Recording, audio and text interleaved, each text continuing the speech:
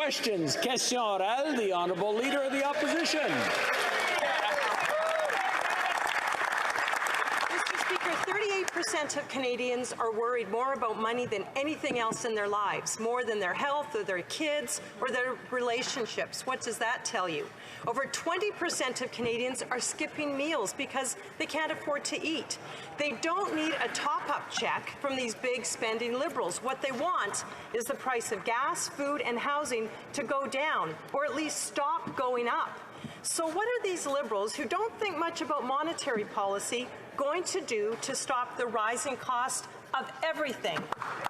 Honourable Deputy Prime Minister. Thank you very much, Mr. Speaker. And you know, Mr. Speaker, when it comes to affording the cost of living for the overwhelming majority of Canadians, the most important thing is to have a job. And that's why our government focused so relentlessly on a jobs-centered recovery. And you know what, Mr. Speaker? It has worked. Canada has recovered 115% of the jobs lost to COVID compared to just 96% in the U.S.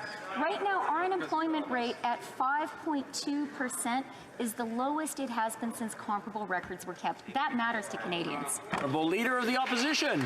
Those are completely out of touch and denying reality. That's why single parents, young home buyers, and seniors don't believe that they have a plan. Literally, every single day, people are seeing prices of everything go up. Now, on fiscal policy overall, no one will trust this Prime Minister, who is in a very happy political marriage with the NDP. Just ask the Parliamentary Budget Officer, or maybe former Finance Minister Bill Morneau, what he thinks of their fiscal policy. All we see from the tax and spend Liberals is more tax and spend and no plan to fight inflation. Isn't that the truth? The Honourable Deputy Prime Minister. Mr. Speaker, I'm really glad that the member opposite spoke about seniors, spoke about parents, spoke about people struggling to pay the rent.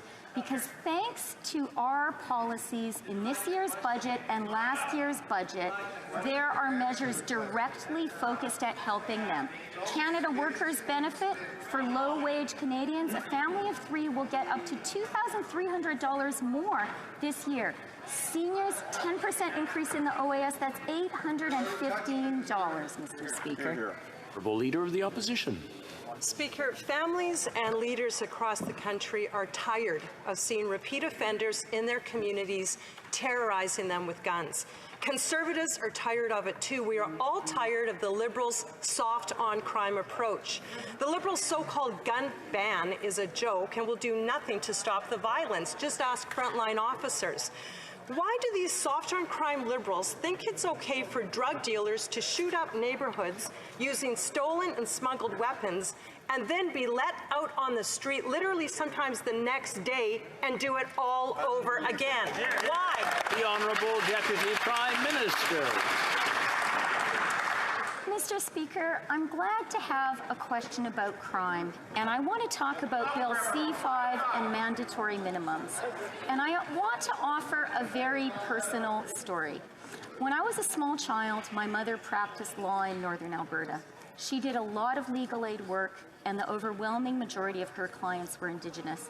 She'd take me to court, and sometimes she'd take me with her to reserves. And I saw firsthand how our criminal justice system treats Indigenous peoples. Our government is fixing that, and everyone in this House should be supportive of that. The Honourable Member for Mégantic-L'Érable. Mr. Speaker, I'd like to quote a representative of a community that this government claims they want to help. The abolition of these minimum sentences is not only a false good idea, but it puts at greater risk the communities that this initiative aims to protect. And that's what Ms. Myrielle Chatelier said at Parliamentary Committee, Mr. Speaker. On the one hand, the Prime Minister abolishes mandatory minimum sentences with C5, but on the other hand, it does not once mention the victims of violent crimes committed with weapons in C21. Why does the Prime Minister insist on preferring criminals and helping criminals instead of victims? The Honourable Deputy Prime Minister. Mr. Speaker, I would like to offer, in response to this question, a very personal answer.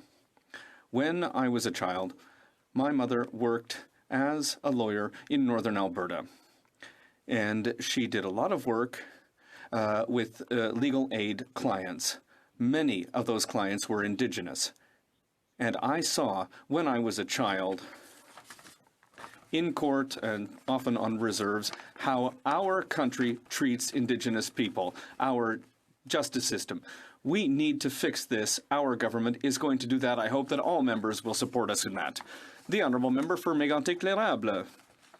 Mr. Speaker, let me tell another personal story, which I heard from somebody from my riding, somebody who is concerned about the cost of living, which means that they are not going to be able to pay their bills and pay their groceries before the end of the month. They're going to have to make some very personal choices, and they're probably going to have to take food off the table for members of their family to be able to pay their bills. This is a personal family that I heard from somebody in my riding, but this is a personal story that many of my colleagues have heard in all of their ridings, Mr. Speaker. Unfortunately, the NDP Liberal government yesterday said no to our concrete measures to help Canadians. Why aren't they helping Canadians? The Honourable Deputy Prime Minister.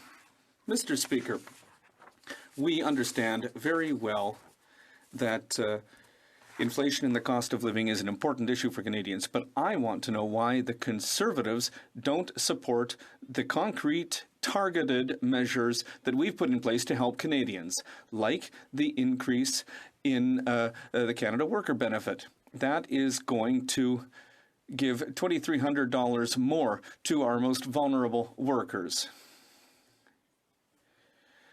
There's also the increase in OAS of 10%, Mr. Speaker. That's $815. It's necessary. The Honourable Member.